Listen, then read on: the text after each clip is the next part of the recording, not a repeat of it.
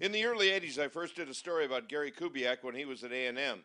I may have covered his football adventures at St. Pius in Houston, but my memory's slim on that topic.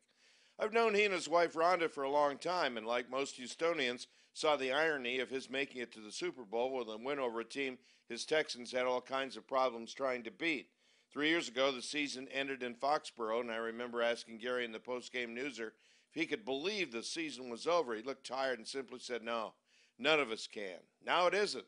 Most fans reacted as you might expect. He and Wade and others are still working. The Texans aren't. Maybe the guy can coach.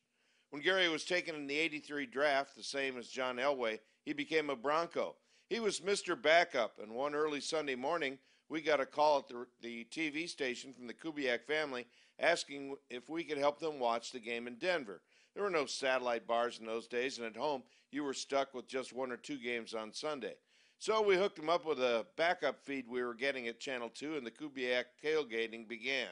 I think our green room turned into a kid's playground, complete with soft drinks, chips, and a nervous family every time Denver played. Being the holder was about as good as it got in those days for Gary. We had fun hosting them, though, and he was our Bronco. And I also remember the day he got the Texans job. Anyone who ever met him was thrilled he was finally back in Houston. He looked at me as my turn came for that exclusive one-on-one. I was at Channel 55 then. "Craig, I know you're going to ask me something goofy, aren't you?" he said. I merely said, "Who are you? I'm looking for the new coach. I figured it would be Elway."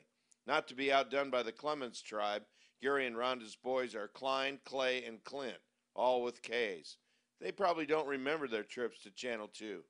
Well, I got to see if Rhonda can hook me up with chips and dip for the big game a week from Sunday. This is Craig Roberts, and you've been listening to the Daily Craig.